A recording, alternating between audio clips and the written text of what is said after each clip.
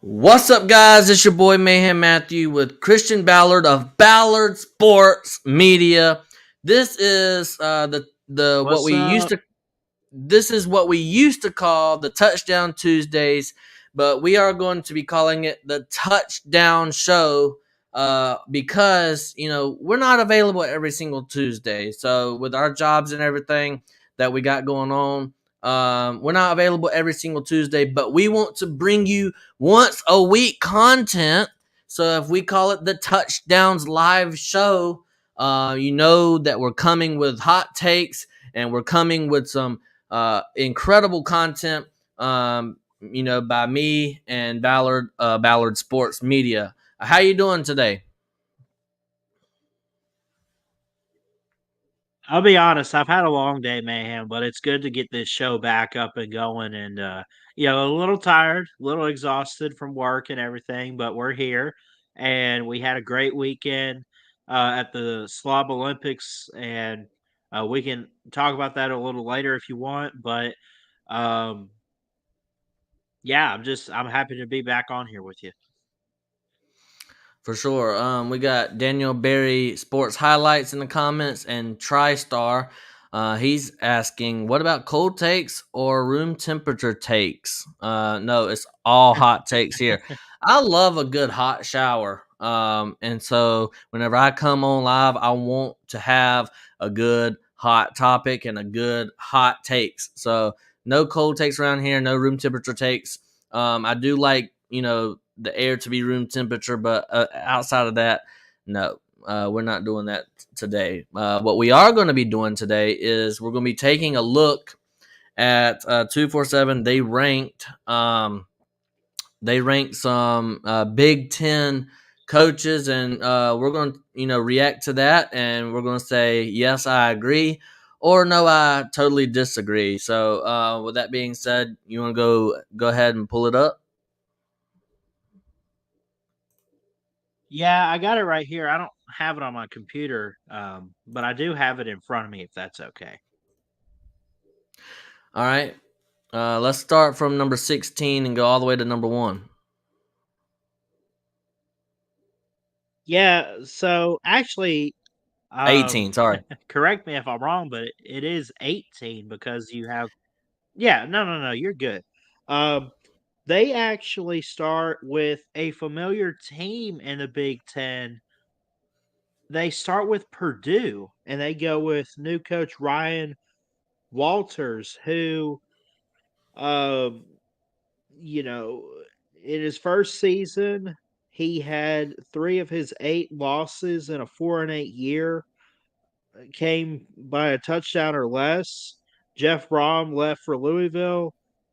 Obviously, a defensive minded coach has not worked out with Ryan Walters, but you still got to give him time, let him cook a little bit, and see what he can do.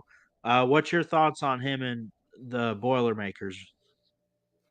Yeah, he went 4-8 in his very first season as a head coach. As far as Purdue goes, they're Purdue, right? I do believe that Jeff Brom was an excellent head coach. I mean, look at what he did in his first year in Louisville. I know we're not talking about the ACC, but look at what he did at Purdue and look at what he's able to do in his first year at Louisville. Louisville hadn't really been that great since Lamar Jackson. Ryan Walters, a brand new head coach coming into Purdue. Very first season. I think you need to give him a mulligan for his first season. And you should expect Purdue, this year to at least try to strive for a bowl game. Maybe even a bowl game win. I would say this year, just get to the bowl game. Just get there. And see, I'm gonna go on a rant and tangent here, okay, Ballard, if you don't mind. Okay. This is Oh, why go for it. this is why I believe bowl games do matter to a certain extent because if you make that bowl game, we're talking right now, Ryan Walters, right? He went 4-8 his first season, and we're talking about maybe get to that bowl game and maybe possibly a bowl game win. Okay, that is we're basically seeing, you know, the accomplishments that Ryan Walters can do in his second year, and if it's going to be a big jump or a small jump. Stay with me now, right? If you go 4-8, obviously that's Dookie, yes. But if like a Purdue team, you go 6-6, make it to a bowl game, and you win that bowl game. Okay, now you have 7 wins. That is way better than 4 wins. That's actually 3 more wins than what you had last year. So, to all the people that's saying that bowl games don't matter, it doesn't matter to you because you don't care, but it matters to me, and it matters to these kids that want to be in a bowl game. Some of them, not the people that think they're all that in a bag of chips. I'm talking to you, Florida State. But anyways, 66 to what 66-3 or whatever it was. Yeah, that will live on forever. But anyways, Ryan Walters, 4-8, not a good record, but he has room to improve. And like I said, try to get to a bowl game next year. Even try to win that bowl game. It'll mean a lot for the Purdue program and for them Purdue football players. So with that being said, Ryan Walters at 18, I'm not going to argue with it. For sure. I agree with everything you just said about Ryan Walters and Purdue. I do think he's going to improve going forward. Number 17 on the list, let's go to California. UCLA, Deshaun Foster in his first season after Chip Kelly leaves for Ohio State. A longtime UCLA assistant. They say he knows the program very well and what it'll take to bring the Bruins back to prominence and the promised land of college football.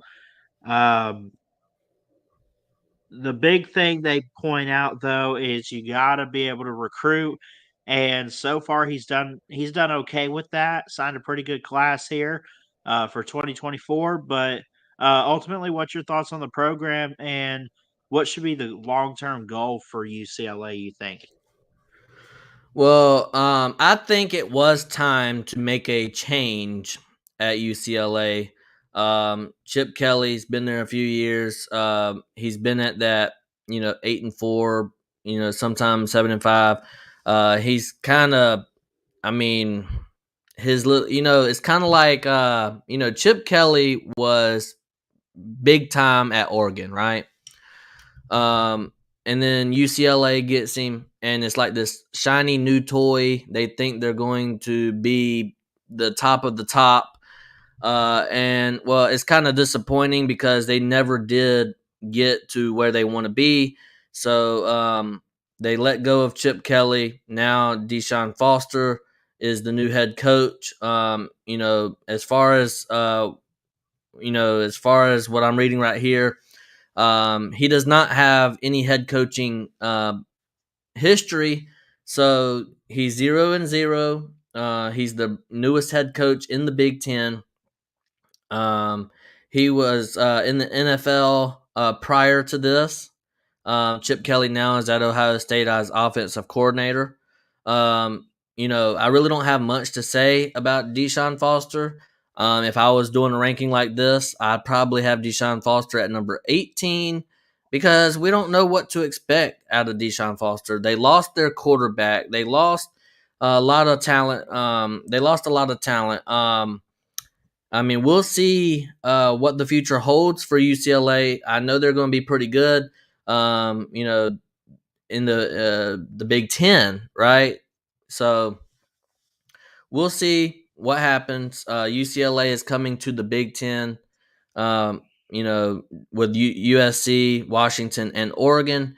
So it'll be exciting to see. They definitely got a lot of competition coming. So if I'm UCLA, I'm not really expecting to go, 10-2 or 9-3.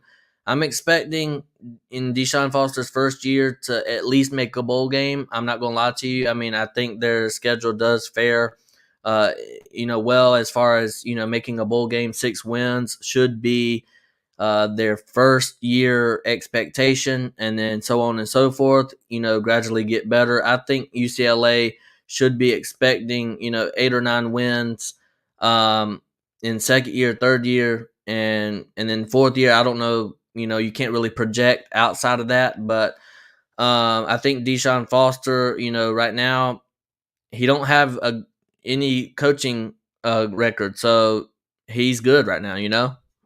We don't know how he's going to turn out. We'll next year we'll look back and we'll be able to tell a little bit better. Not quite, but we'll be able to tell a little bit better about this guy. For sure. But Up I do. next, number Uh, 16. hold Go ahead. hold on. I do want to say this too. Like I said before, Southern Cal, Oregon, Washington, now UCLA. You know, you also got the top three in the Big Ten: Ohio State, Michigan, Penn State. It's going to be tough to win. So if UCLA does go 4-8 or 5-7, I mean, don't don't come on here and scorch the guy. Kind of like what TriStar is, commenting how hot, scorching that you burn your skin off. Don't burn the man's skin off, okay? All right, continue.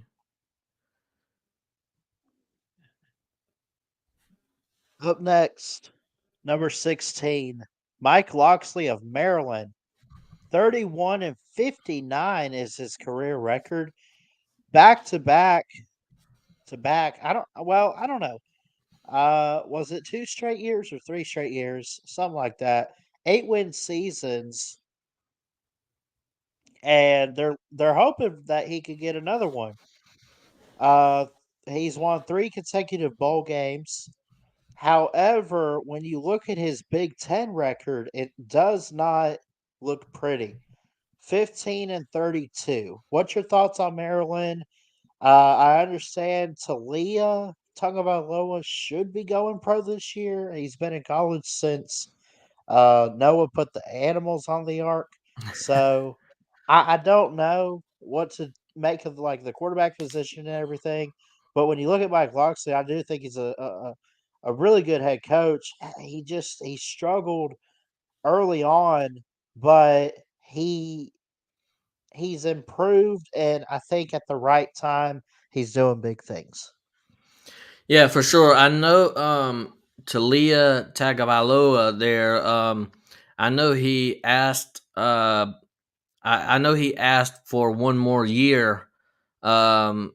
With Maryland there. I don't know if he ever did get accepted or they rejected him and said, no, you either go pro or, go to Bass Pro Shops and work. I don't know. But what I do know is Maryland is, Mike Locksley, for what he's done for Maryland, is pretty impressive. 3 consecutive bowl games. You have, like you said, consecutive 8-win seasons there. That's pretty impressive to me with a team like Maryland. But you got to give props to Leah Tagovailoa there.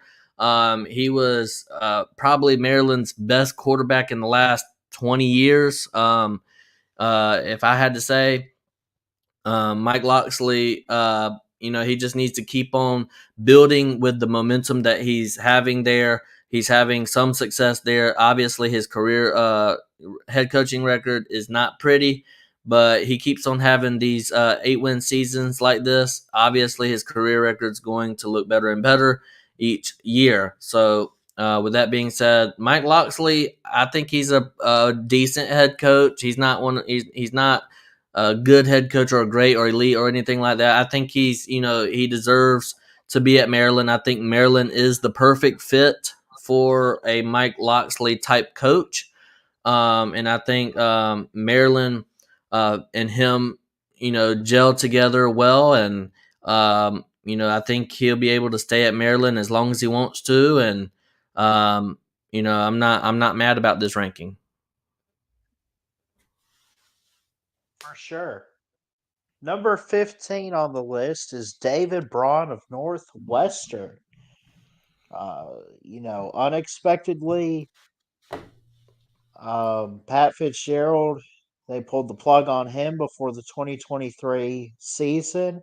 Braun comes in, 8-5 record for Northwestern. That's pretty good considering it wasn't too long ago they couldn't even win 3 games at Northwestern with Pat Fitzgerald, who I thought at times was a good head coach, but obviously some inconsistency, and there towards the end he couldn't really get it done.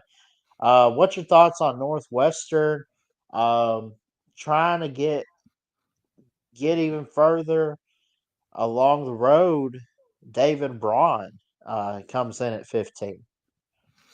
Yeah, I mean, you can't really expect too much out of Northwestern. So going 8-5 in his first year is absolutely fantastic. That is amazing. That kind of reminds me of what James Franklin was able to do with Vanderbilt, right?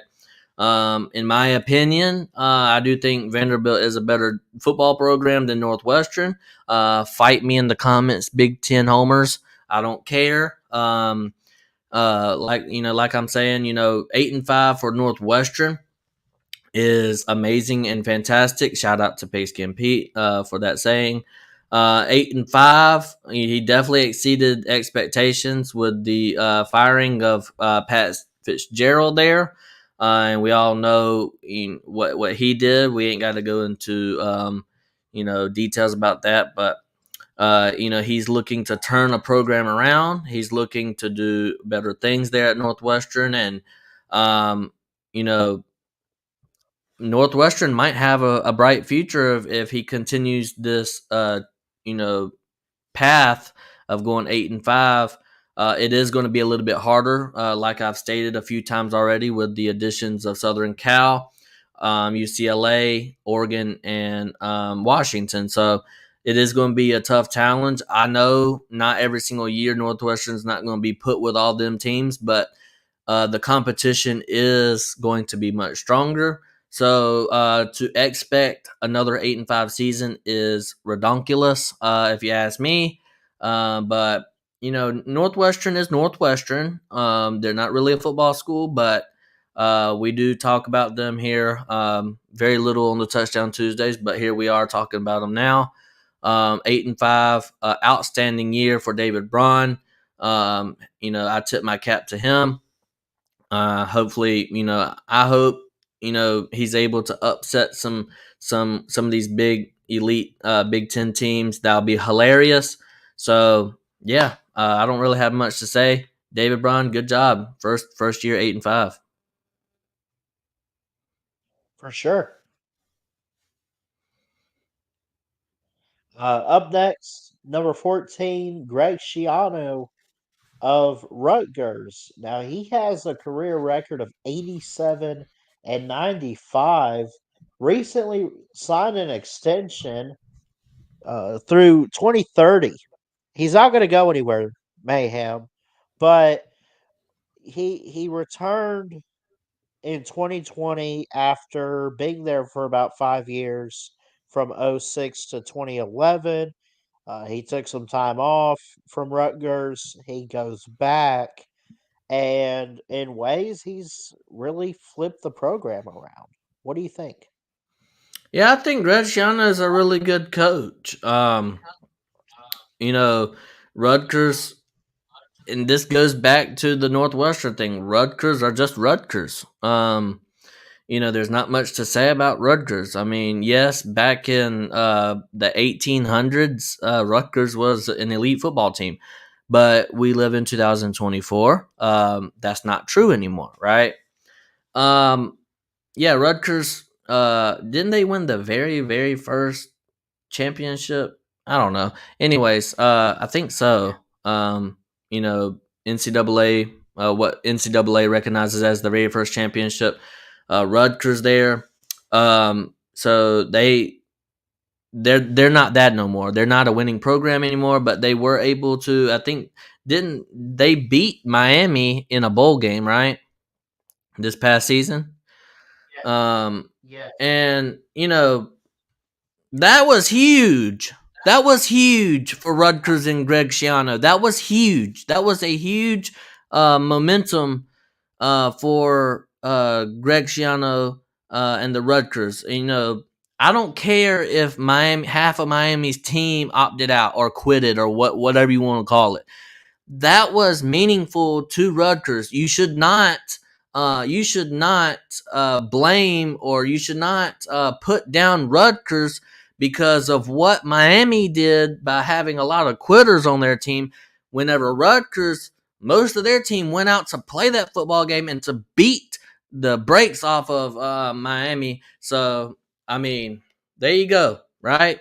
Uh, anyways, yeah, Rutgers, they're on the upwards trajectory there. Greg Schiano, I think, is also another one of them. Like I was talking about Mike Locksley, that just gelled together. I think it was perfect. Greg Schiano also a few years back. Remember whenever Tennessee offered him the head coaching position, and then the boosters or fans got extremely mad, and then they had to take back that offer, and then they ended up hiring who they have now, at Tennessee. But Greg Schiano, obviously a well-respected head coach. He's had offers before, like I said, Tennessee, and now he's at Rutgers. Um, yeah, his record, obviously losing record there, but like I'm saying, uh, he's good. He's good. I think he's going to have Rutgers competing for bowl games year in and year out. Absolutely. Up next to number 13, PJ Fleck of Minnesota has a MAC championship, 50 and 34. And of course, we know he can consistently get to some bowl games. He won 11 games in 2019, 9 win seasons with 2021 and 2022 before he took a down year at 6 and 7. I don't think it's a make or break year, but I do think that going forward for PJ Fleck, I would say this is a year where we see where they are as a program. Are they declining after 2023? Or does he get back to what he had in 21, 22, 2019, that type of stuff? So I think the Golden Gophers are going to be pretty good, though. Yeah, the Golden Gophers always have that really good defense and no offense. They remind me a lot of Iowa. I would say they're Iowa Junior. Matter of fact, if they can find some type of offense, then maybe they would become better than Iowa. And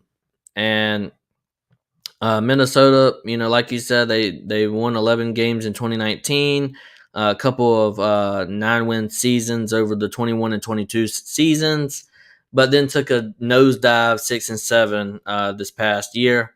And I'm gonna keep on saying this, for the smaller teams like Minnesota, Rutgers, Northwestern, so on and so forth. And the next team we're going to talk about, Indiana, right? You know, you got new teams coming in. Oregon, Washington that just made the national championship, by the way. Southern Cal, that has Lincoln Riley. I know he don't have no defenses, but he's a well respected head coach. Been to playoffs multiple times with Oklahoma, even with no defenses and stuff. But that's not the point. The point is, Minnesota is going to have a tough time. Being able to compete with better talent than them. Uh, you know, Maybe Minnesota finds a way to upset a UCLA or a Washington, right? If they want to get back to that, 9 and 10 and 11 game wins, 11 season wins. Sorry, they're going to have to find a way to upset the lower of the pack. The UCLA's of the world, right? But yeah, PJ Fleck at number 13. It's hard to argue. I feel like if he can find the offense, then maybe you can say he could be ranked a little bit higher. But as far as where he's at right now, and with the talent coming in, the new teams coming in 24, that's pretty accurate. For sure, man. Up next is Jonathan Smith of Michigan State. Forget the Mel Tucker stuff. Jonathan Smith Did okay. 34 and 35 overall. Just one game below 500.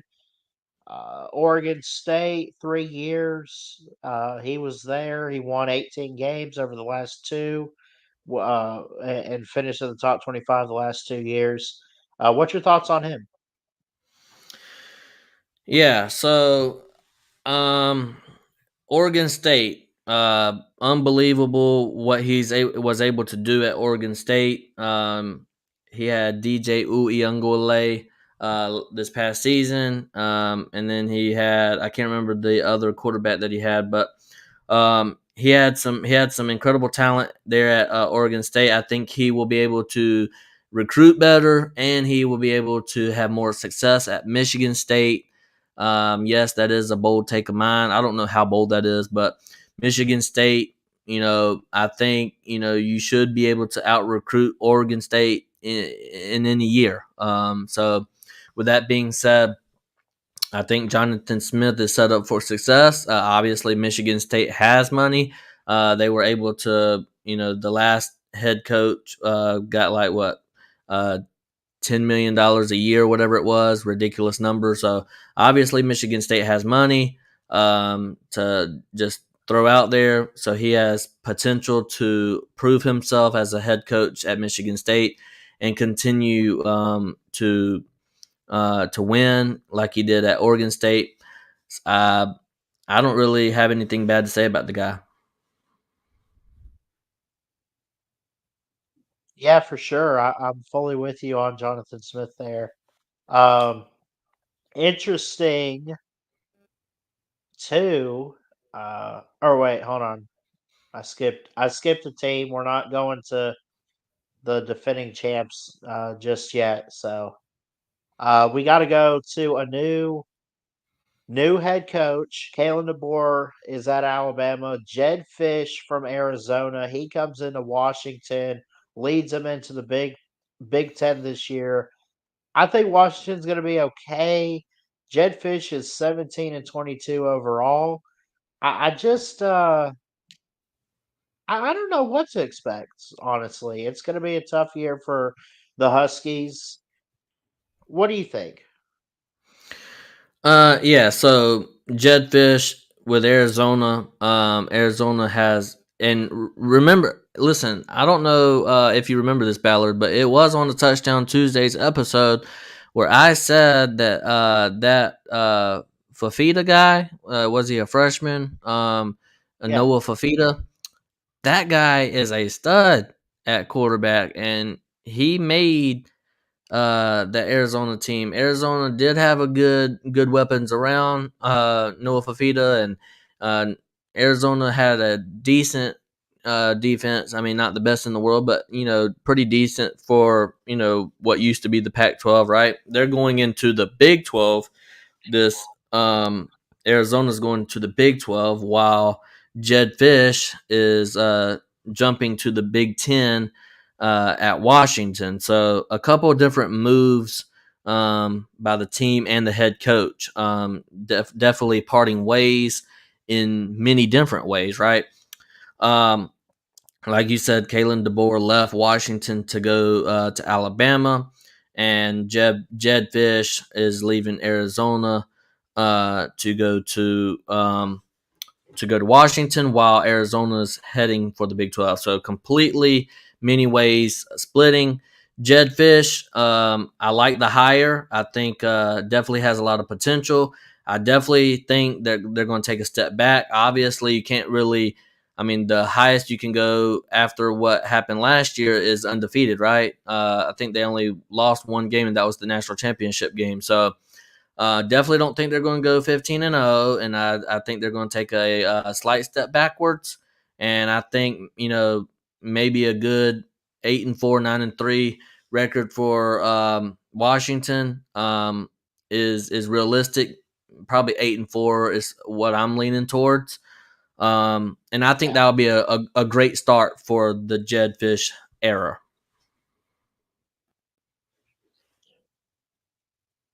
for sure. Let's see who's next here. Sharon Moore of Michigan. I'll go ahead and start here. I Sharon think, yeah, or Sharoni? Sharon. I don't know. I'll I go with do believe Sharon. I don't think it's Sharon. I do think it's Sharoni Moore. But anyways, continue. I'm sorry about that. No, you're good. Does not count wins while serving an interim role, so he's basically winless. But he's also never lost. And Michigan, of course, coming off of a historic 15-0 season, they got caught cheating. You say whatever you want to. Um, Two things are true. They cheated, but they still won a national title. Jim Harbaugh in the NFL now. So it's it's going to be tough. You got a lot of talent to replace. I think Ohio State and Penn State, which actually, no, no, no. Let me back that up because if you look at their schedule, they don't play Penn State. They do get Ohio State. They have to. It's by law. It's you know, it just has to happen. I'm going to make a prediction right now. We make bold takes on this show. Ohio State is fixing to roll over Michigan this year. I bet you. You're shaking your head yes, Mayhem. Are you in agreement? I love the take. I definitely love the take. I I I don't know. We're in a weird predicament there. We'll get. I'll talk about that a little bit later, but uh, you know, Sharoni Moore was able to. You have to understand this. Yes, they were caught cheating, but the back half of the last half of their schedule, they did not cheat. They were able to beat Penn State. They were able to beat Ohio State. They were able to beat. Um, they were able to beat Alabama. They were able to beat Washington, all without cheating, right? And Sharoni Moore coached in a good many of two or three of them games, right? And Right. I do believe that Sharoni Moore in this particular ranking at number 8, as I see it right here. I do think that's a little bit too high, but I do know why they're ranking him number 8 because of it's just Michigan. You do lose JJ McCarthy. I'm pretty sure you lose Blake Corum too. You lose Roman Wilson. You're losing a lot of people. A lot of key players on your offense and defense, right? It will Right. be, uh, we need to see what Sharoni Moore in his first year does without them guys. And we'll see what he does whenever he's the head coach and not the interim head coach, right? With that being said, I do think that they're not going to be as good as what they were. So your hot take of Ohio State's going to roll all over them is definitely possible, for sure. But I'm never going to count out Michigan, just for the fact of it is Michigan, right? Michigan Ohio State is one of the best rivalries of all time, and weird things always happen in that game. And Sharoni Moore was able to beat Ohio State last year as interim head coach and beat Ryan Day and his team. With Ohio State, I'll talk about that a little bit later when we get to Ryan Day. He's on this list. He's much higher on this list. But as for Sharoni Moore at number 8, I do think it's a little bit too high, but I understand it is Michigan. We'll see what happens. I do think he's a great hire for Michigan. All right. Number 7. We're running through these pretty quick too. Matt Rule of Nebraska. um, Good record, 52-50. However, it is still Nebraska. He has turned it around a little bit, but has he done enough to prove that he is the guy for the Cornhuskers? What do you think? Yeah. Matt Rule, I think he is a really good. Um, I do think Matt Rule is really good head coach. He's won everywhere he's been, and he has a track record of being terrible his first season everywhere he goes. Right. Um, 52 and 50, won AAC championship. Just like I said, he went from a 1 and 11 season in 2017 to turning the whole thing around with 11 wins in 2 years later, right? So he's known for this having a crappy first year, and then turning it around and having a really good year. Dylan Rayola is going to be the quarterback coming in. I do think a lot of Rayola's decision in coming to Nebraska is that he wanted to start. He also is a Nebraska guy. I think he has family ties to Nebraska as well. Um, and obviously Nebraska did pay him a little baggy there too, but that's not the point. The point is Rayola will have a chance to have a starting role there at Nebraska. I can't remember what's that guy's name. uh, I can't remember who the other quarterbacks are for this team, so sorry for not knowing, but what I do know is, Matt Rule is a phenomenal head coach. I want to be able to see him do it in this NIL era. I do think he'll be able to compete. I do think he'll be able to win 8 games, 8 or 9 games every year. That's just my opinion. Even with the new teams coming in to the Big Ten, I do think Matt Rule and Nebraska will be able to compete, win 7, 8, 9 games per year, and I do think that's the expectation is to win the 8 and 9 games, possibly 10 with a bowl win every single year. And I do think it is possible. So with that being said, I like Matt Rule at number 7 on this list. And don't be shocked if that becomes like a sleeper pick to make a Big Ten championship in a few years. Bold takes. Bold takes. I like it. See, Up next. let's we kind of haven't been reading the chat here. Let's take a small little break and kind of read the chat here. Cody Hankins, welcome. Daniel Sports highlights, welcome. TriStar, welcome. C Bama, welcome. And Harry Legg and Charkzilla, welcome. Right. Um, Cody Hankins had to remind everybody that he is not scared of Bama playing Georgia. I feel the same way. Georgia's not scared of playing Bama. And I think it'd be a great game, like it always is. But remember, Nick Saban ain't your coach. So just remember that. You and Ballard, remember that, please. Also, Harry Legg wants us to know Michigan was full of 5 and 6 year guys. I definitely agree. They lost a lot of them. So Sharoni Moore needs to be able to face some adversity and get his guys ready to go on another playoff run if that is possible. I do not think they are going to make the playoffs, and that is a bold take. I think they probably go 9-3 or something. I don't think a 3-loss team, unless you win your championship, obviously.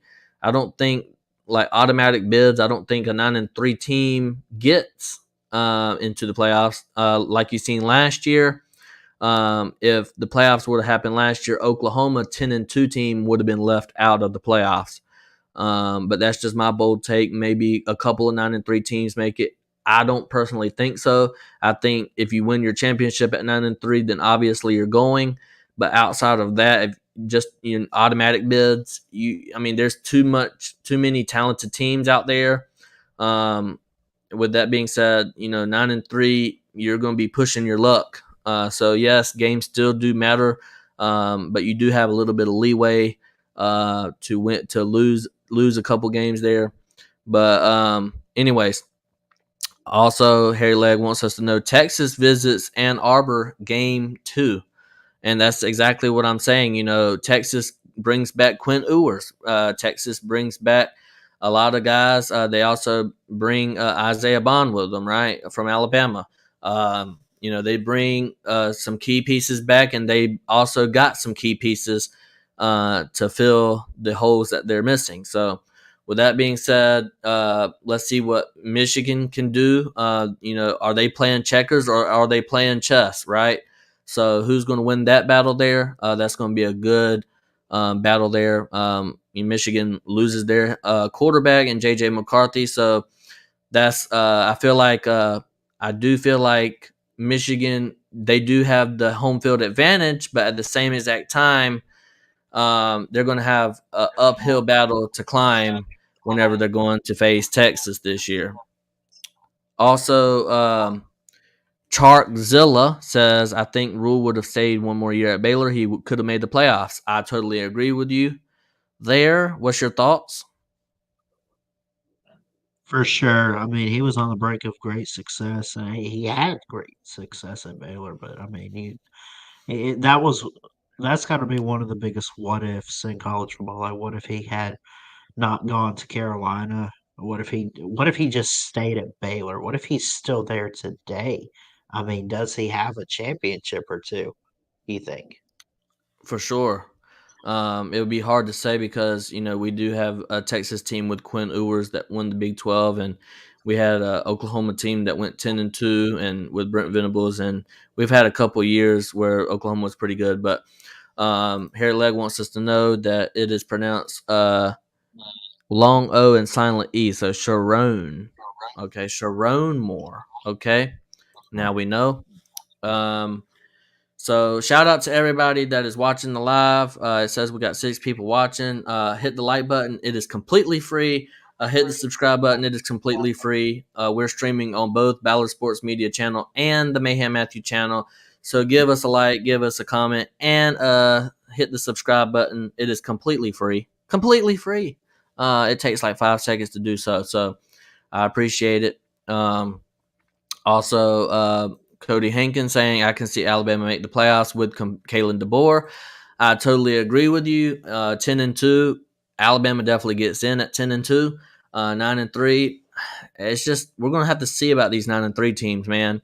Is a 9-3 SEC team going to make it? That is the biggest question because I do think LSU, Georgia, I do think Ole Miss. There's a bunch of SEC. There's about 6 or 7 SEC teams that you can make a realistic case for winning 9 and 10 games this year.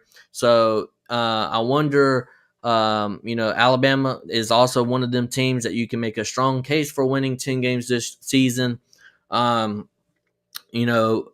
don't think that Alabama fans should be disappointed if they go 9-3 and miss the playoffs in the first year. But I do agree with Cody Hankins. I can see Alabama making the playoffs with Kalen DeBoer. I can actually see Kalen DeBoer winning a SEC title, possibly making it to the national championship game. Now, I'm not going to predict the national championship under Kalen DeBoer because I think that is a little far-fetched. Because he's not Nick Saban, right? And I know other coaches other than Nick Saban has won national titles. I understand that, but I mean, I'm not ready to say Kalen DeBoer is going to win national championships at Alabama. But remember, it is Alabama, and remember that just last year, Kalen DeBoer was in the national championship with Washington, and remember this too. Kalen DeBoer last year won with less talent at Washington than he is going to have with Alabama. He was the underdog versus Oregon twice, and they disrespected that man. They really did.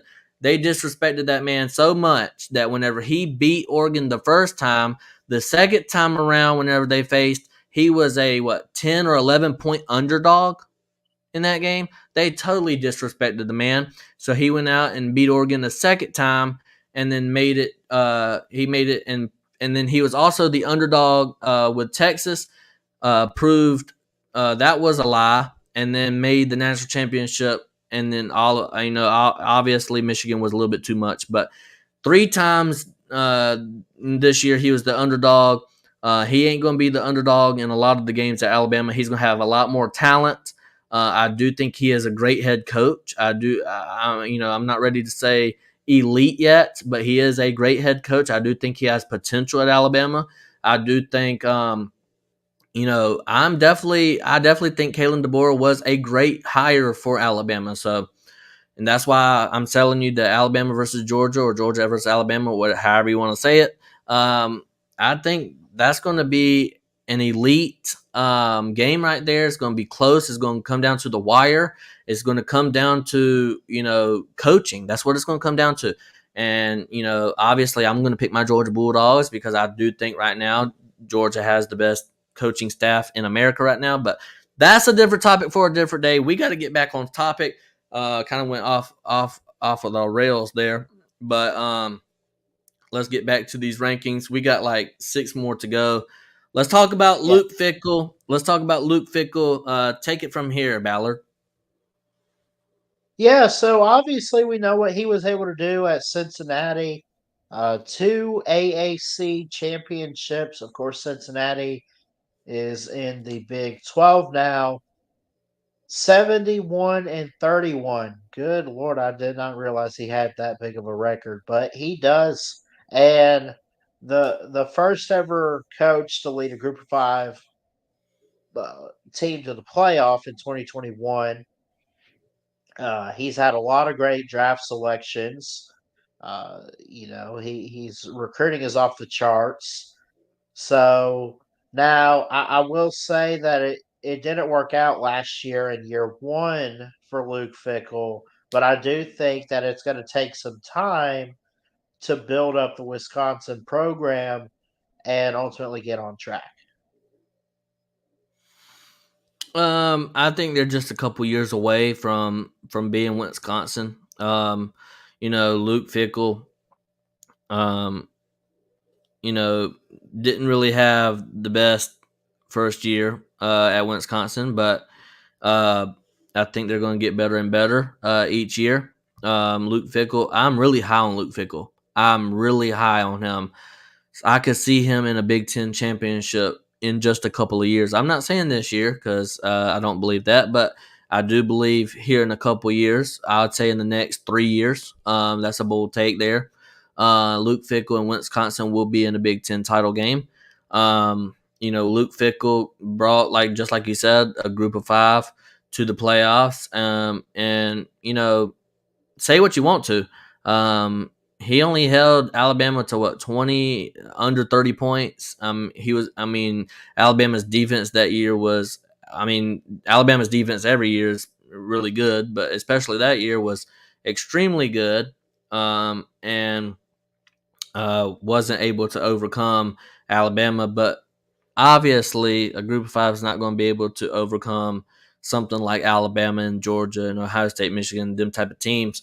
So, what can you say? He's at Wisconsin. He's, he's in the Power 5, the Big Ten. He's in the same, bracket as, he's in the same, group with the Ryan Days and with the Matt Rules and the Sharoni Moores and the Lincoln Rileys. He's playing the same type of football, right?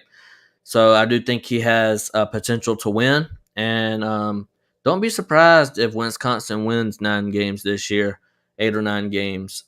So that's all. I'm a big fan of Luke Fickell. Just put it like that. Yeah, me too. I'm excited to see what he does, and I think he can put Wisconsin back on the map in terms of being competitive and consistent in the Big Ten. Right, just like Harry says, just as it is for Rule, Fickell deserves his time to create. I definitely agree. I think Rule and Fickell are kind of my 2 sleepers as far as Nebraska and Wisconsin. I do think they're the sleepers that can upset an Ohio State or Michigan or Penn State or even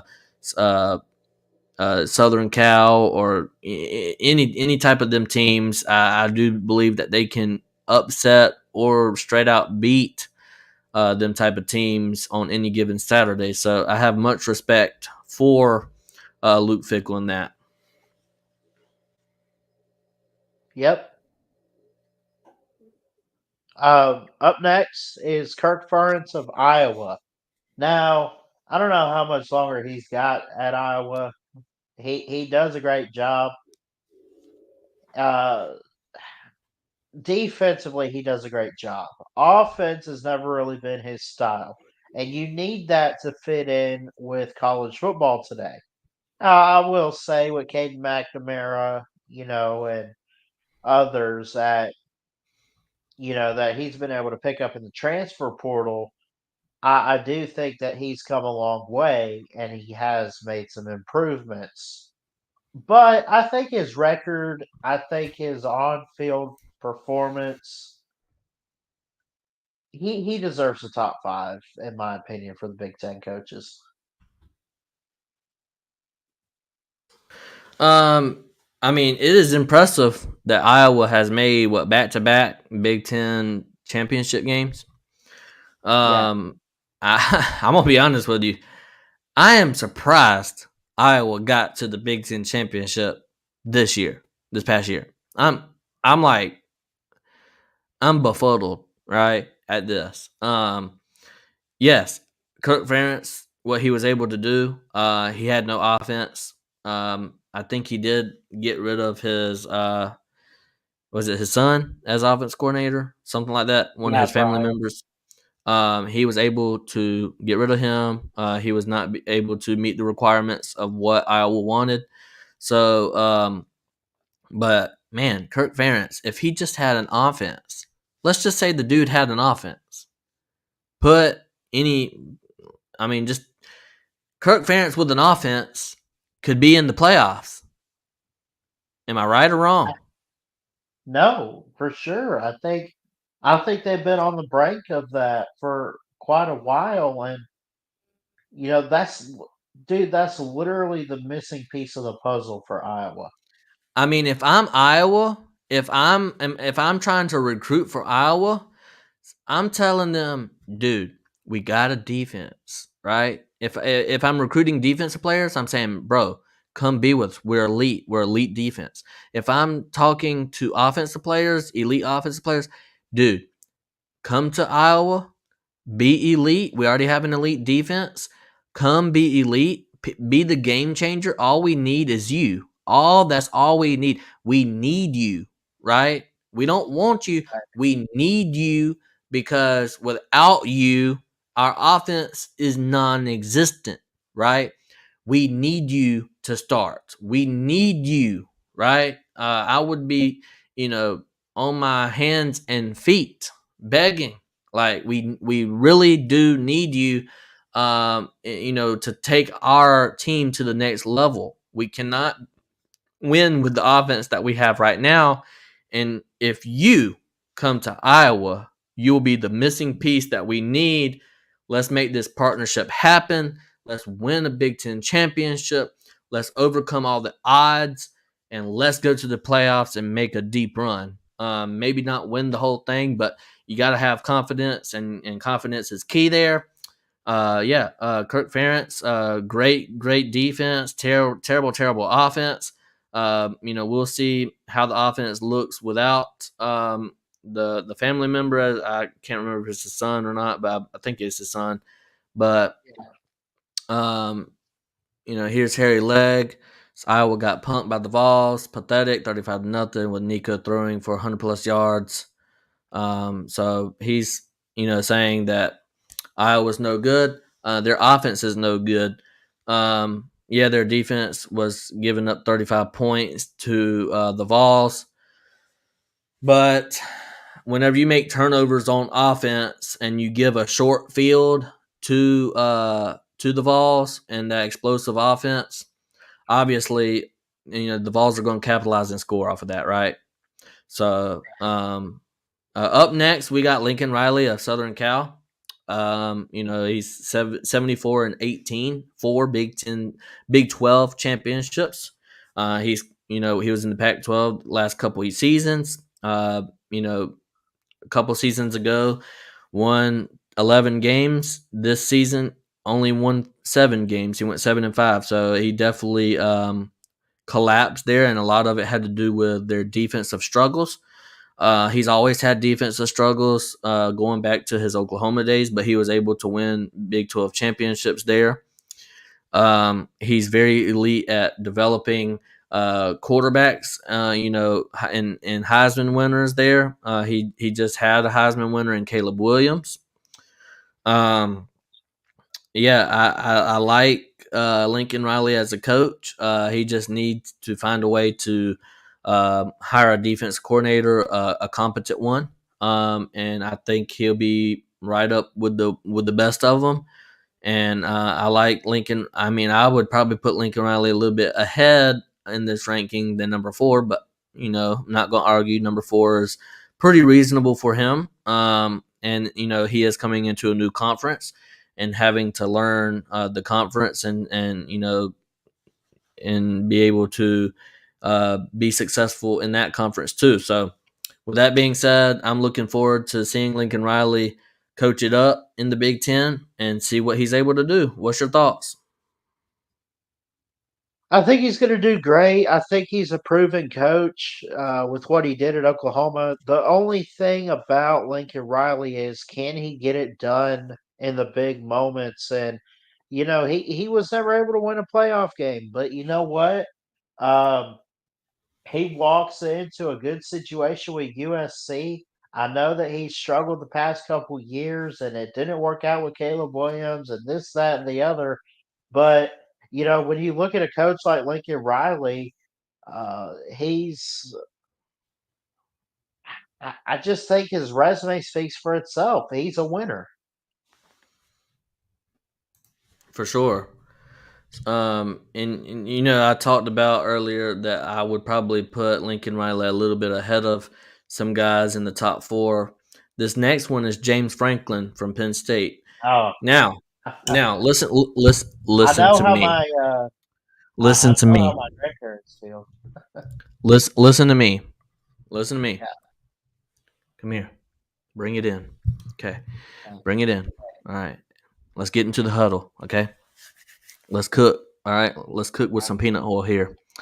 So I was very high on James Franklin last year in the Penn State team. They brought like 80-something% of their team back from last year. I said, man, didn't I say that they were going to find a way to get in that Big Ten championship and win? I said that. I said that on the Touchdown Tuesdays, and boy, was I wrong. I was wrong. They keep on doing the same thing they do every single year, losing to Ohio State and Michigan. Now they have other teams coming: Washington, Southern Cal. They have UCLA, and then they have I'm drawing a blank, but they have teams coming, right? And it's not a guarantee that they're going to roll all over them teams. Okay. Penn State, do better. You need to do better. I'm not really high on you this year, James Franklin. You made me look like an idiot last year, James. You really did. Drew Aller, I was really high on you, and it might have been your first year. I'll give you a mulligan, but you need to get better. Because if you don't get better, then yeah, you're gonna be trash. Okay. I'm gonna give you a mulligan this past year, Drew, but you need to get better. I think Penn State, you have potential to be successful, and doing this 10-2 thing where all you're losing into is the top teams, and you're just beating all these terrible teams. That ain't cutting it. Not for Penn State. That's not cutting it. Right. You need to be able to, even if you're going to lose to Ohio State, you need to be able to beat Michigan. If you're going to lose to Michigan, at least be able to beat Ohio State. Now you have other teams, like I said, coming in here. You got 4 new teams coming with UCLA, USC, Washington, and Oregon. That was the team I was missing, by the way. Them 4 teams are coming in. Oregon, absolutely dominating football right now. Their only loss was to Washington that went to the national championship, and they lost twice to them. So that was their only losses to one football team all year last year. Southern Cal, Penn State might be able to beat them, but like I said, just talked about, Lincoln Riley is a winner, just like you stated before too. James Franklin, I really respect what you were able to do at Vanderbilt, winning back-to-back 9-win seasons, and then going to Penn State, and you're able to constantly win the 10 wins every year, but you need to find a way to get better. Now, one thing that James Franklin does have in favor is Penn State could possibly get into a 12-team playoff at 10-2. So, with that being said, I might stump my toe again and drink the Kool-Aid and say Penn State's making the playoffs. I might do that. I don't know yet, but James Franklin, I would probably put you at number 4 and probably put Lincoln Riley at number 3. That's just my opinion. What's your thoughts on James Franklin and what I just said? Well, I think James Franklin is.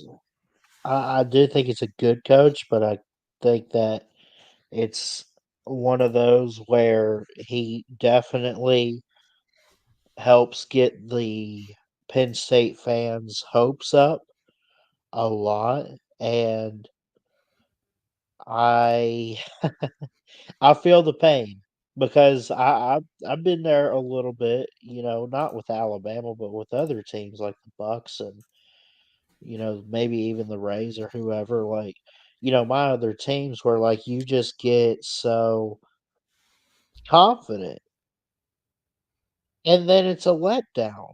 That's James Franklin. You're confident. You think, okay, it can happen. This is the year, and all this other stuff. But no, no. So Yeah, for sure. Up next, we got Dan Lanning at number 2. I'm not mad at that ranking. 22-5 career record. A couple of them losses are from just one team, Washington. So, and Kirby Smart, my Georgia Bulldogs. But that's neither here nor there. Yeah, he's been able to have instant success at Oregon.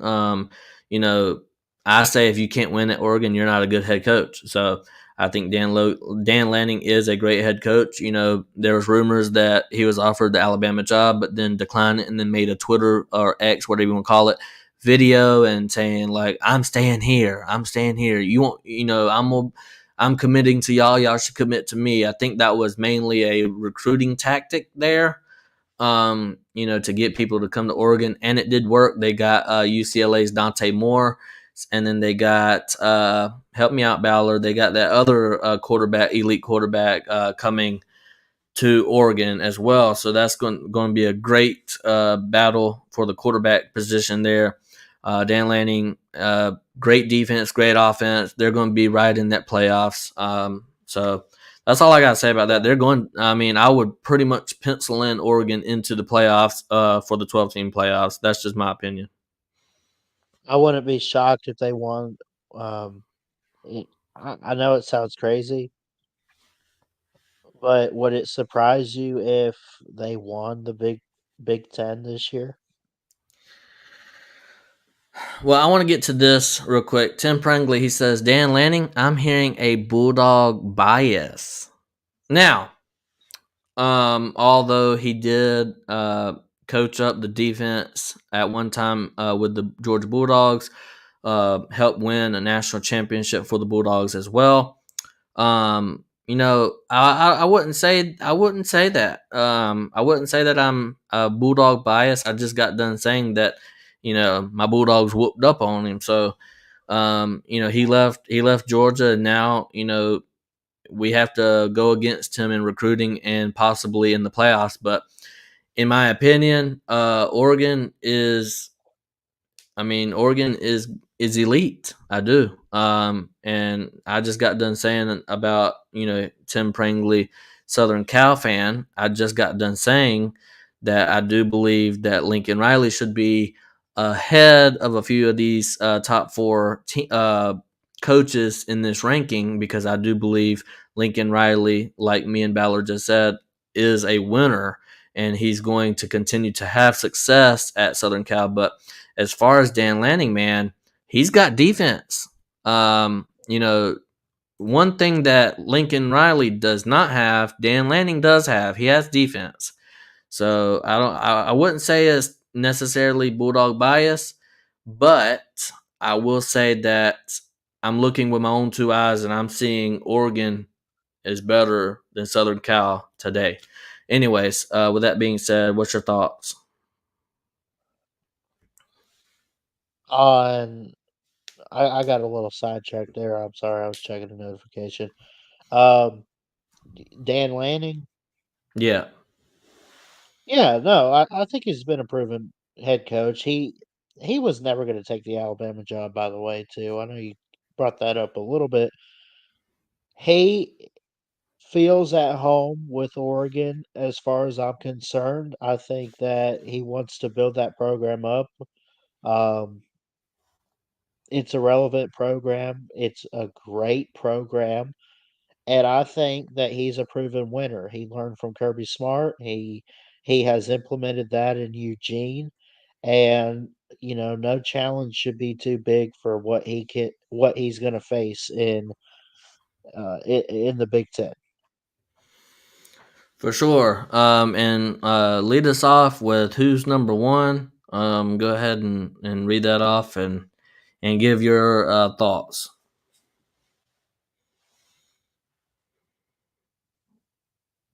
Yeah, so number one is the one and only Ryan Day. I have no words. I mean, this guy is a choke artist at its finest, folks. You can put him in the top 5 if you want to. I get it, but number 1, because it's a Ohio State. Okay, you're a Ohio State or that Ohio State. Um, this is laughable to me. I mean, he's a great coach. But he hasn't done anything to show that he's number 1. Has he, Mayhem? What do you think? Yeah. And just to answer Tim Pringley real quick, I know you're just messing with me. I just just want to give some college football banter back and forth and get the comments rolling. So, but yeah, he said Lanning walked into a stacked roster with Uncle Phil's money. Okay, I agree with that. But there's a lot of teams that underperformed that put a lot of money into their football team, and they definitely were able to underperform too. But you still got to be able to coach the game. But I understand what you're saying. I know you're just messing with me, and much respect to Tim Pringley. He does. I believe he still does it. He's on the Voice of College Football.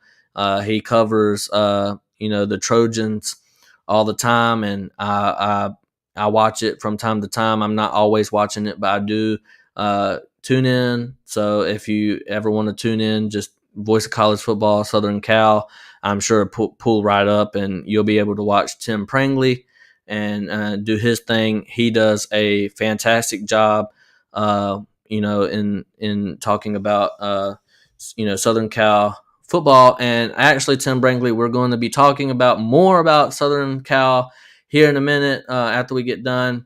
So tune in for that. But anyways, as far as Ryan Day goes, right? He is what he reminds me of the modern day. I'm going to get a lot of hate from the Georgia Bulldog fans, but he reminds me of the modern day Mark Richt. He just does. Whenever you think he's going to win it all, next thing you know, he loses. All right. that's what Mark Richt did. You thought that Mark Richt had a national championship team, and then he would lose to South Carolina 35-7. Ridiculous, right? Absolutely ridiculous. So in that aspect, I do think Ryan Day is definitely a major choke artist, and I just don't feel comfortable putting him at number one. I mean, I understand why they're putting him at number one because he has had some success. Making some playoffs and stuff like that, and 2 Big Ten championships there at Ohio State. But I'm looking at this list and I'm thinking, man, if Ryan Day is the best you got to offer, the Big Ten's in for it. They just, Ohio State just paid $13 million for their team. So we'll see what we'll see what Ryan Day is going to put on the field. If they don't win a national championship this year or they don't win it next year, I'm really calling for Ryan Day's head. And I'm serious. You don't pay no $13 million for a team and not win a national championship. That's just my opinion. 56-8, pretty good record there. But yeah, that's pretty much it for the rankings. We're going to go on to our next segment, which is we're going to ask some questions. Get into a little bit of maybe back and forth type thing. Maybe not. We'll see. I don't know what Ballard's going to say, so we'll see. Quinn Ewers opting out of the college football 25 game. I read that there's like 10,000 players that's already opted in. Quinn Ewers is opting out. His reasoning is he wanted to focus on football and only football. He didn't really care about the college football game itself. He wanted to be able to be the guy at Texas before he enters the college football game. I want to get your thoughts first, Ballard, and then I'll kind of chime in and we'll go back and forth. So you said he's opting in or opting Out. of the game? He's opting out. Out. He's the first. He's the first one that is opting out of this game. I guess the big question is why. Like, I mean, why would you not want to be in a video game? I mean, I think that'd be pretty cool. And I mean, don't the athletes make money off being part of this game? I mean, you could correct me if I'm wrong, but I Yeah. mean, if I'm an So athlete, I'd take the money. they get $600 and a free copy of the game if they enter into the college football 25 game. Quinn Ewers said the reason why he quit, why he opted out or quit, whatever, of the college football 25 game, his reasoning was that he wanted to focus on the football itself and not be, all in of the football game, video game. He wanted to focus himself on the field and, be that guy for the Texas Longhorns. I'm gonna be honest with you, Ballard. I don't know what that has to do with anything. I think that was a bullcrap excuse for Quinn Ewers saying that he wants to focus on the football field. Are you serious, dude? Take that $600 and the copy of the game, and what is your name and image and likeness have to do with your performance on the field? You're not even going to be the starter. It's going to be Quinn Ewers. So go ahead and take your $600, take the copy of the game, still work on the field, get better. You can do 2 things at once. There's over 10,000 players, and a ton of players are better than you coming into this season that are also proven winners and stuff like that. Quinn Ewers just trying to make a sorry excuse just to stir up controversy. He wants to be a part of controversy. He's the very first, to my knowledge, he's the first one that said, "Yep, I'm not taking $600. Yep, I'm not going to be in this football game. Opt me out." And I disagree with it, dude. Oh, I'm so sorry, guys. I'm so sorry. Quinn Ewers is not opting out. It is it's Arch Manning. Arch Manning. I'm so sorry. I totally messed that up. You know, my bad. But Arch Manning, dude, let's try that again, shall we? Yeah, Arch Manning opting out of the out of the college football 25 game. I think it's stupid. Arch Manning, you're not even the main guy at Texas. And, you know, Quinn Ewers is the guy at Texas. All you're doing is pretty much, you know, trying to get your name out there and um, cause chaos, I guess, cause controversy within social media and trying to get your name out there. You already famous guy. You're already, you know, your last name is already legendary in football itself. Take your $600. I don't care how rich you are. I don't care how rich your family is. Take your $600, get in the game, and keep it moving. Okay, it don't affect your own field football skills. That is just a dumb excuse that you made up. You know, so with that being said, I think it's stupid. Do you have any thoughts? Not in particular. I think you took the words out of my mouth. Like, take the money and, like, you know, and especially like Quinn Ewers just went to the college football playoff. I mean, he's he's a big name right now, isn't he? I mean, in my book. Right. I mean, Arch Manning, he's not even the starting quarterback there. He can opt into the game, take his $600, and still be able to get on the field uh, and play for Texas, right? And still be able to get developed and get better. This video game has nothing to do with your own field skills. So, with that being said, that's the first question.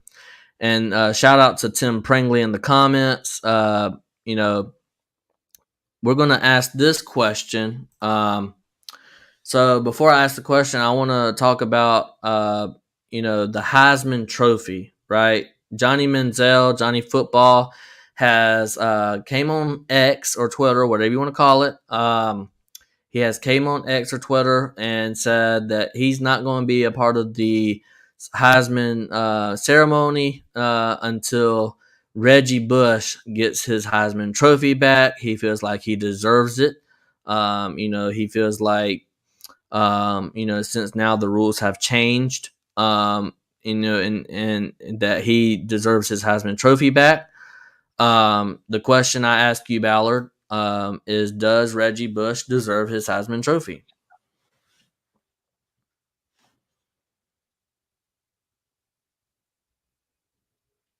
I think there's a case to be made.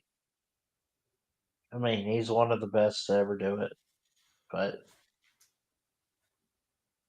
um, I'm kind of drawing a blank. I really don't know what to say other than I do think that he deserves it. For sure. I am going to agree with you. I do think that Reggie Bush deserves his Heisman back.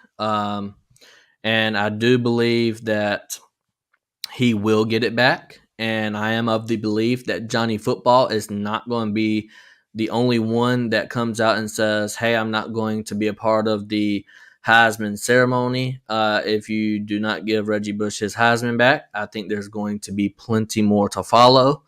And I think they're going to be pushed into a corner where, you know, Reggie Bush is pretty much going to be made to give his trophy back, right?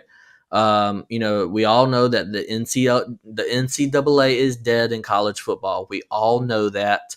We've seen that with the Tennessee ruling. We've seen that, you know, in the past couple months here, that the NCAA has no rule over college football anymore. You can just do whatever you want to. And you know, the Heisman Trust has come out and said, well, if the NCAA says we can give it back to him, we have no problem giving his Heisman Trophy back. Dude, why are you going to let the NCAA tell you what to do with your own trophy? That is ridiculous to me. You're saying that you're going to reward Reggie Bush's Heisman back as long as the NCAA is okay with it. The NCAA has nothing to do with the Heisman. Okay, the NCAA is dead in college football now. Give his trophy back, dude. Give his freaking trophy back. Okay. You know, just like Tim Prangley in the comments, everybody knows he's getting his trophy back. If the rule is illegal now, it was illegal then. Case closed. Tim Prangley said it best. You know, shout out to him. So I totally agree with that. Give Reggie Bush his Heisman back. Agreed. So Sign the the next petition. the next one we're going to do is sleeper quarterbacks with potential turnaround for the 2024 season. So got some quarterbacks here. Sleeper college football quarterbacks with potential for a turnaround in the 2024 season. We're going to start out with, now I'm getting this from the Bleacher Report. They came out with this, and we're going to react to it. Duke quarterback Maalik Murphy. We all know that he was with Texas this past season. He was the backup quarterback to Quinn Ewers.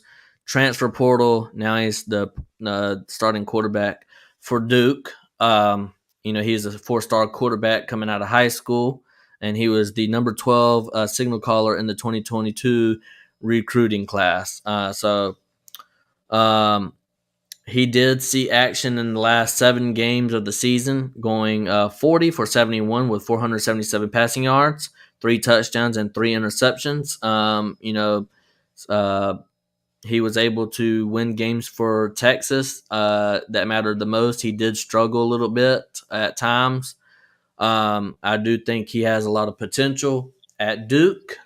Duke is losing their head coach to Texas A&M.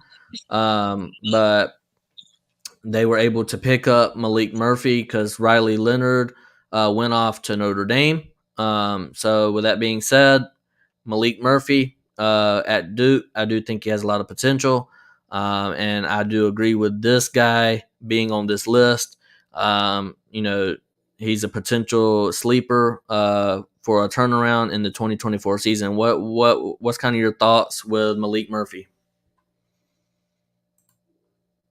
Has potential, and he was pretty good last year when he needed to step up, and again, he is someone that everyone's sleeping on, but I think that he could go a really long way.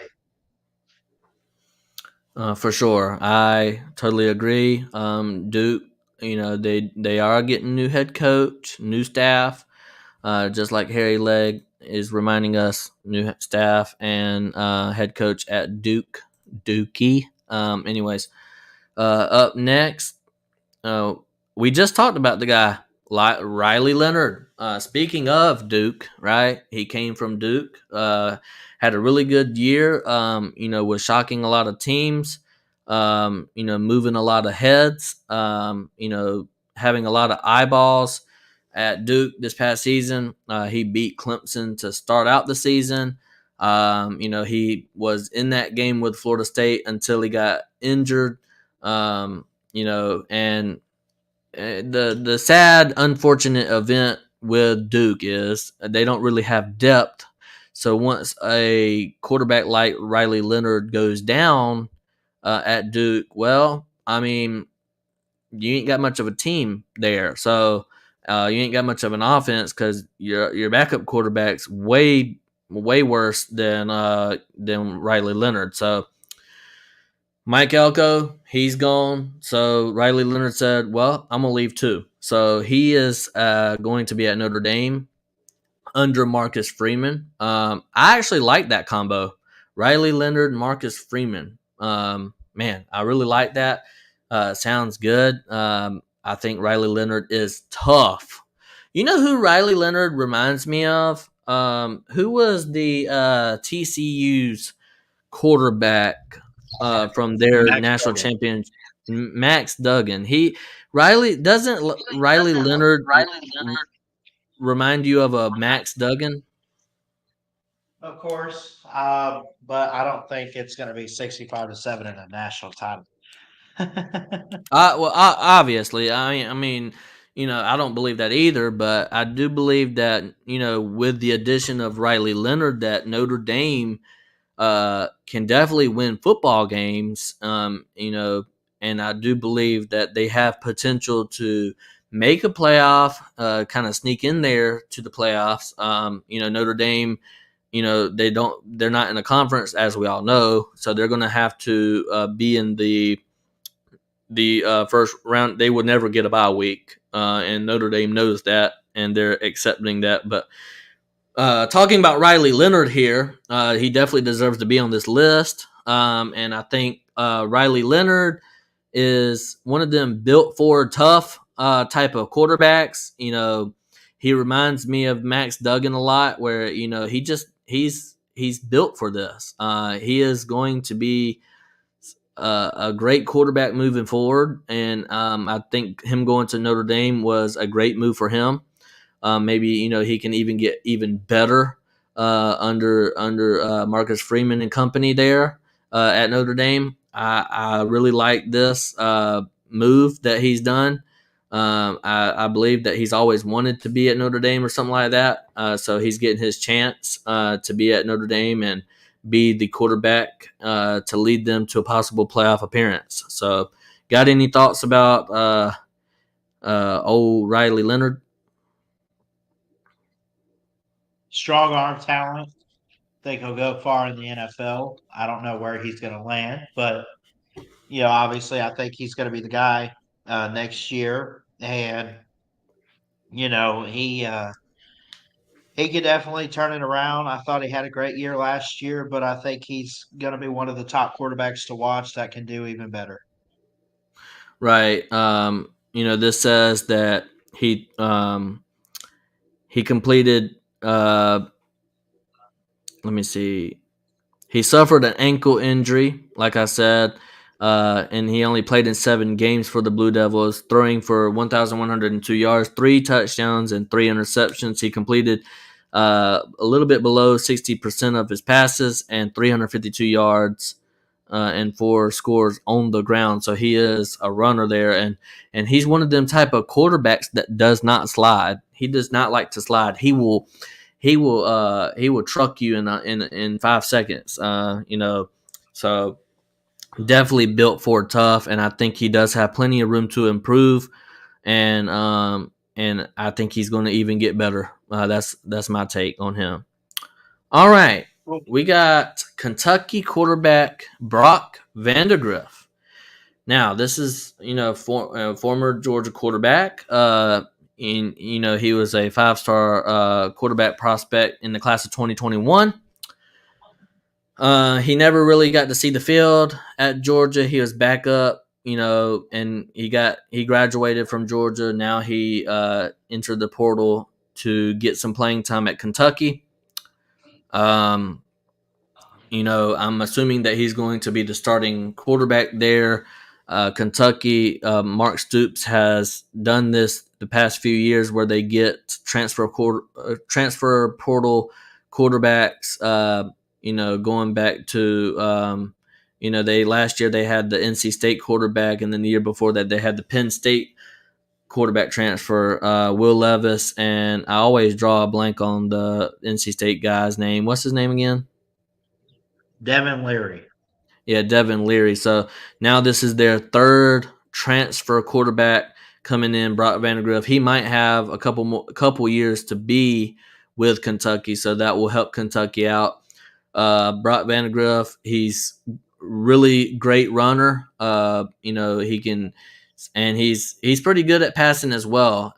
He can definitely beat you with his feet, and he can definitely beat you through the air as well. I think he's a really, really phenomenal player. At one time, Georgia fans were calling for Brock Vandagriff to get in the game and possibly start. So I have really high praises for Brock Vandagriff there. I hope he does well at Kentucky, except for whenever he plays my Georgia Bulldogs.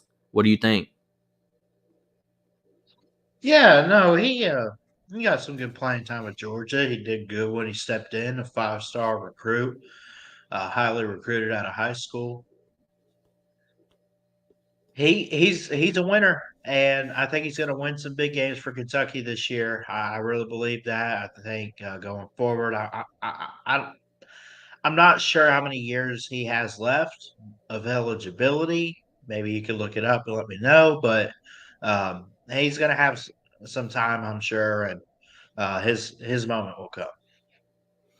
For sure. I think he has two. He should be able to have at least two more years. But yeah, I think he's going to do good. Up next, we have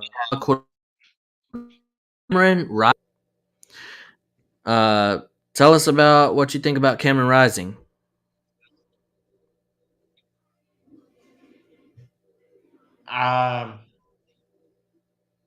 He's amazing. He did great at Utah. Thought that he had a phenomenal season a couple years ago. He got hurt against Florida, I think, last year. Was it last year? And that Braxton guy came in. But all in all, he's ready for the NFL when his time comes. And he's got a big chance to prove that he's ready for it this year in 2024. Definitely a guy to keep an eye on. I think he's a sleeper. Definitely, not just for being a quarterback that could do great. Don't be surprised if he's a Heisman finalist too. Bold take. Yeah. Oh yeah, for sure. He also tore his ACL, meniscus, MPFL, and MCL against Penn State in the Rose Bowl last year. He did not play at all this past season, but he is going to return, and he's entering his fifth collegiate season as Utah moves to the Big 12. I do believe that he could potentially be one of the Heisman top candidates this upcoming year. But we'll see what happens. I'm definitely agreeing with you that Cam Rising is rising. He is a rising talent for sure. So up next, we got Will Rogers. Will Rogers was Mississippi State's quarterback for the last 3 or 4 years or whatever it was. Now he hit the transfer portal and is on his way to Washington. I do think he is a better fit for Washington. Correct me if I'm wrong, but I think Washington still planning on using like more of the air raid type system. What Will Rogers is used to. I think whenever Mississippi State hired their head coach last year that they fired. I can't think of his name. I'm drawing a blank, but I think that Arnett. really, Zach Arnett. Yeah. I think whenever Zach Arnett got hired and he kind of changed the whole entire offensive philosophy around, I think that was a really bad move, and I think it hurt Will Rogers tremendously. I think Will Rogers was on the up and up, and then Zach Arnett came in and took what he knows best and turned it around and flipped it upside down. Now Will Rogers has a chance to show what he's made of at Washington, and I think he will be the guy for Washington. I think he's going to be an elite talent there at Washington. Definitely got some competition to go up against as Washington's going to the Big Ten. But I think Will Rogers will overcome that because he was in the SEC for a while and he knows what competition is. He knows how to face competition and he knows what it takes to win. So I think, we were talking about Big Ten head coaches there. And I think Jedd Fisch is going to have something special with Will Rogers, and we all know that Jedd Fisch with Noah Fifita was excellent and I'm just excited to see what Will Rogers can do under Washington in the Jetfish program. Well, what's your thoughts? Yeah. BBD. Useless. I don't know if I'd go that far, but um, I don't want to say he's useless. I would say he's limited with what he can do. But if you put him in the right system, he'll do great. And I think Washington's probably going to be in good hands. Um, we'll we'll see. I mean, Harry Legg even says Huskies are a rebuild. I fully agree and attest to that. For sure. And let's talk about somebody really useless, okay? Cade McNamara, okay? BBD, this is the guy that's really useless right here. Cade McNamara, I mean, he shouldn't even be on this list. This is the first one that I'm actually going to disagree to be on this list. If I was making a list like this, Cade McNamara would not even be on this list. Yes, he has a lot of room for improvement. I'm not going to just down the guy, but he's not no good. He's just not. I've seen too much of Cade, and I just don't think he's any good. Just he has a lot to work on, and I just don't like it. I just don't like what he has. Even back whenever he was playing for Michigan, um, you know, I just don't like anything that Cade has put on the field, and I don't think it's that good. What's your thought? What's your thoughts? Cade McNamara was at Michigan, now at Iowa. I think that, like I don't want to say any player is terrible. I really don't. I give him credit for that 2021 run with Michigan getting to the playoffs, but at the same time, I think he was a product of what was around him. I'm not saying he's a bad quarterback or anything. I'm not going to say that. But think about it: Blake Corum, uh, Roman Wilson, guys like that were around him. Does he really have that talent at Iowa right now? Um, no, not really. So he might fall flat on his face for all we know. Right. He was at Iowa this past year. He did win 10 games, but He we all did. know we all know there was the defense. I mean, he was scoring. I mean, they were winning games. 5-7. You know what I'm saying?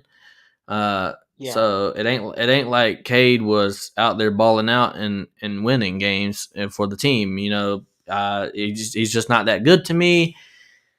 And if they're not that good to me, I'm just going to say it. They're just not that good. Speaking of not good, Texas A&M quarterback Connor Wegman, he's a little bit better than Cade McNamara, but he's another one that he did have 896 passing yards, 8 touchdowns, and 0 interceptions, which is pretty impressive. But he's nothing to write home about. He is better. I want to make this clear. He is better than Caden McNamara, but he doesn't really oh my goodness, I don't think he's something to write home about, but I think he's a decent quarterback in my opinion. Definitely got a lot to improve. But he was a true freshman in 2022. So this past year was his second year of play. This year will be his third year of play, which, he has a lot to improve. But to me, Connor Wegman, I don't know. I don't know how to feel about him. I need to be proven wrong for him. I need him to prove me wrong. Although I think Texas A&M has elite talent all around him, so I think he can, just like you were talking about Caden McNamara with his run with Michigan. I do think Texas A&M is much of the same.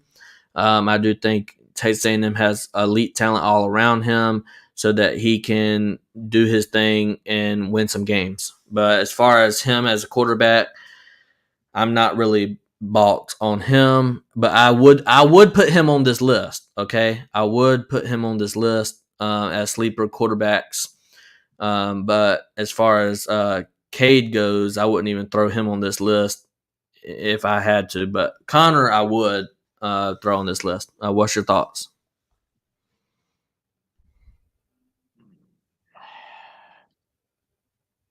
I pretty much agree with what you said. I mean, you want to throw Kate on there, you throw Connor. But they're good.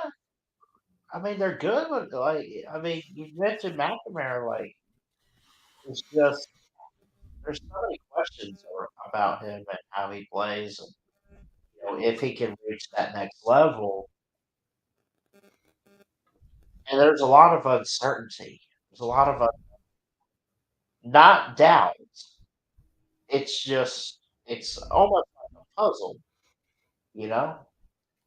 Right. I would say that there's a lot of doubt for me in Caden McNamara, but then there's a lot of uncertainty in Connor Wegman. I would say also that Cade McNamara is trash, and then I would say that Connor Wegman is decent. He's all right. So, with that being said, that's how I feel about them, and I'll leave it at that. You want to move on to the next one? Tyler Van Dyke, Wisconsin quarterback. He transferred to Wisconsin. TVD. Tell me, he showed a lot of flashing great abilities, but one thing that kind of stands out to me is his inconsistency. One game he would be the Heisman front runner, and then the next game you would think he never played football in his life, right? A lot of inconsistency. Last year at Miami, coming into this year, Wisconsin, I think he has potential. I like Luke Fickell.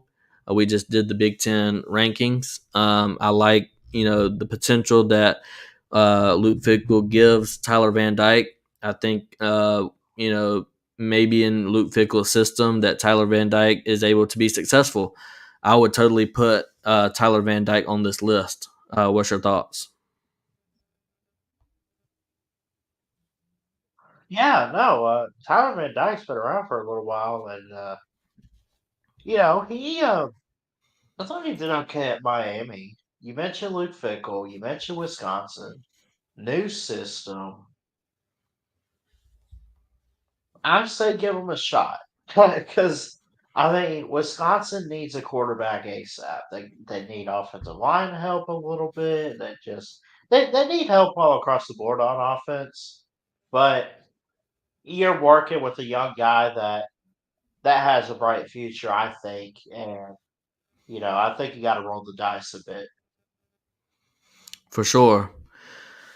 So that wraps up that segment with the questionnaire segment. We're gonna call it questionnaire, but we're gonna do one last segment for the last 15 minutes of this show. Hopefully you have enjoyed it. Hopefully we didn't bore you too much.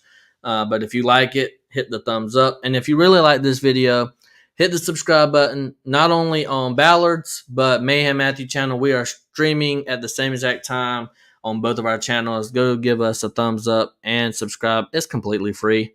We're not asking you to, for anything else, but just to subscribe. I'm on my way to 400 subscribers. And he's on his way to like 1,300 or something like that. He's doing really good. So also, let's do a segment called Fumble. Yes, we're going to do a segment called Fumble. And the reason why I'm calling it Fumble is because this is non-football related topics that kind of odd. I would call it odd news, but I want it to be kind of football related in some way. So the segment is called Fumble. So let's stay tuned to hear about the fumble segment here, presented by the Touchdown Show, Touchdown Live Show. Now this is going to be weird, Ballard. This is going to be weird. Balls Out bowling events invites bowlers to roll in the nude. Would you go bowling in the nude, Ballard?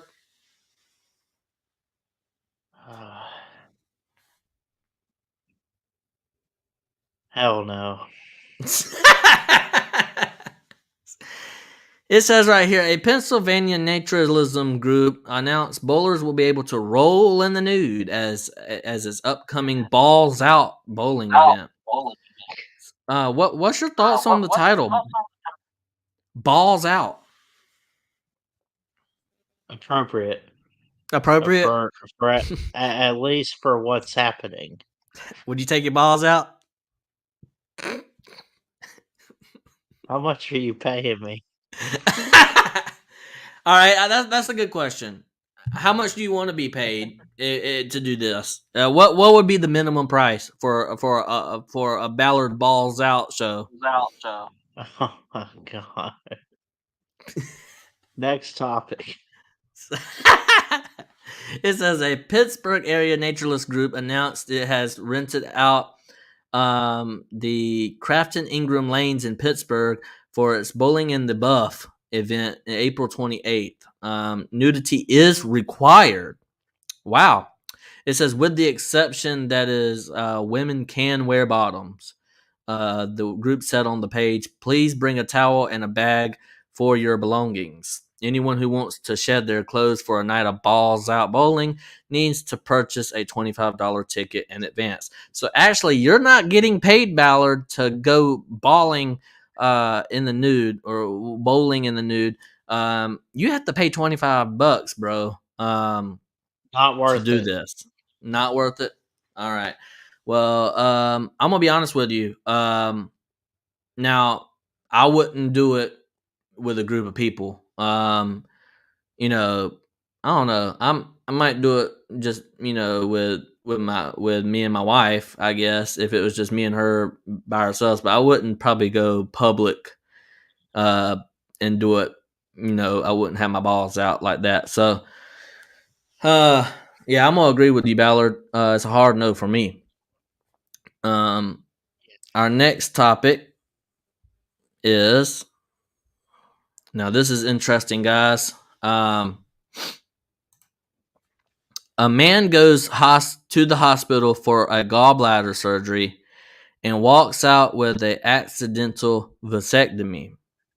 An Argentinian man got the shock of his life after undergoing what he thought was a surgery on his gallbladder, only to later learn that the doctors had performed a vasectomy instead. Earlier this week, 41-year-old George went to the hospital in Argentina for a gallbladder surgery. The operation was scheduled for Tuesday, the 20th of February, but due to circumstances out of his control, George's procedure was postponed to Wednesday. And then this is apparently the small detail that caused a viral malpractice scandal that has engulfed the whole entire country. On the day of the surgery, came into the patient's room and laid him on a stretcher, and without asking him a single thing or checking his chart, they started operating him, and then he had a vasectomy. The question would be, Ballard, how would you react to this surprise operation? You're going for a gallbladder surgery. They put you to sleep, and then you wake up, and well, you got a vasectomy. So I want to hear your thoughts. I mean, you better get your money back ASAP and demand that they fix it, right? Fix it! Would you be screaming like the FSU fans, the Florida State fans? I got snubbed! I got snubbed. I was supposed to be Yeah. going balling with my balls out, and you took them. I don't know, man. And this is just supposed to be some hilarious oddity news here, and then the last one for the day to kind of wrap up everything. I watch what they call Newscap, the Nightcap with Ocho Cinco and Shannon Sharp. Shout out to them guys. They do a great job putting on the show for the fans and everything. I watch it quite often myself, but Ocho Cinco and Shannon Sharp were talking about is it okay for a woman to fart near you? What's your thoughts? God. Is this show over? Yeah, about to be. I mean, no. No? No.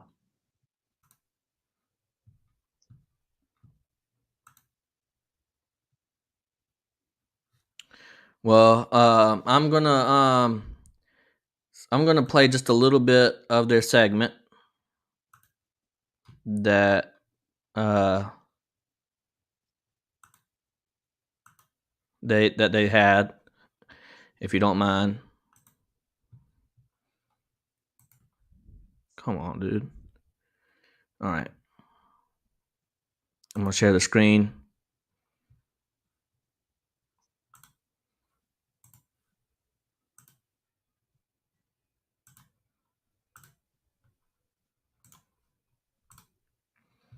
All right. Can you see it? Yeah. All right. Tell me if you can hear it. Presence of Yeah. AP39, a chemical. Can you hear it? Yes. All right.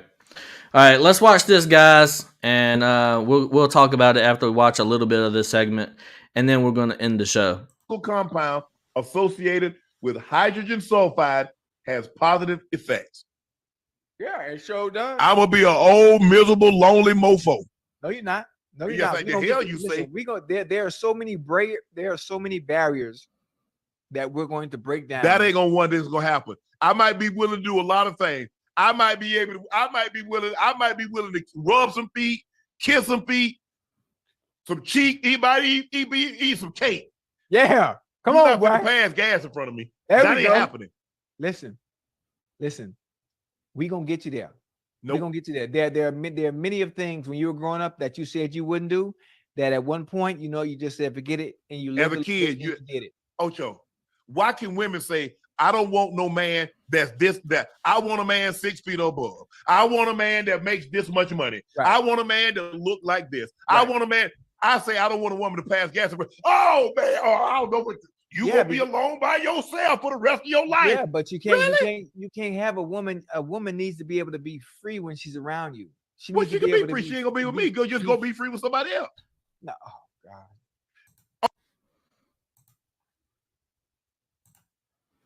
So, I mean, what's your thoughts, Ballard? I mean, do you? I mean, whenever you're dating a woman, or you're married to a woman, I mean, do you think it's okay? Do you think it's okay for a woman to pass gas in front of you?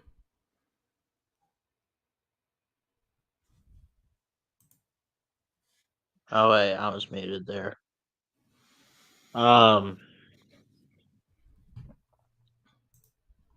There's certain things that need to be done in private, obviously. Like, I mean, it's something that like all humans do it, like we know, but still, like some things should be done, and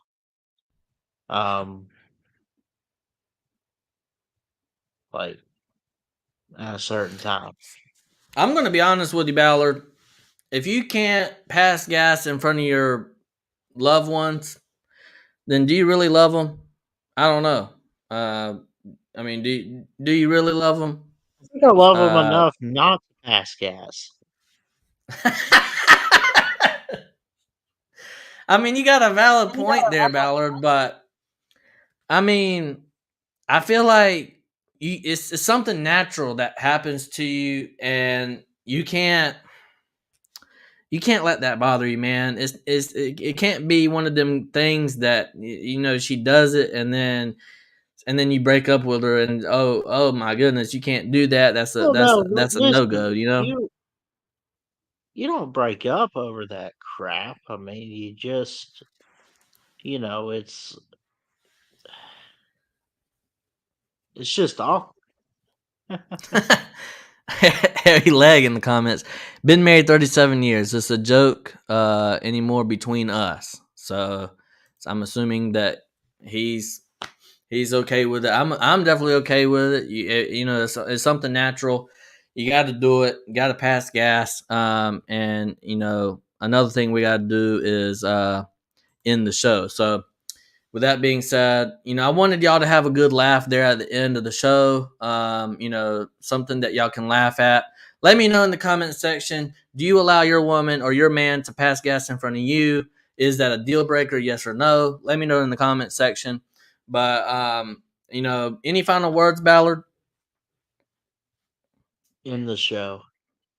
In the show. All right. Well, with that being said, if you like this content, hit the like button. If you really like it, hit the subscribe button. Subscribe to your boy Ballard and Mayhem Matthew on our channels completely free. Like I said, doesn't cost you a dime. It just costs you your time. So with that being said, love y'all, and Jesus loves you as well. And have a great night or morning, whatever.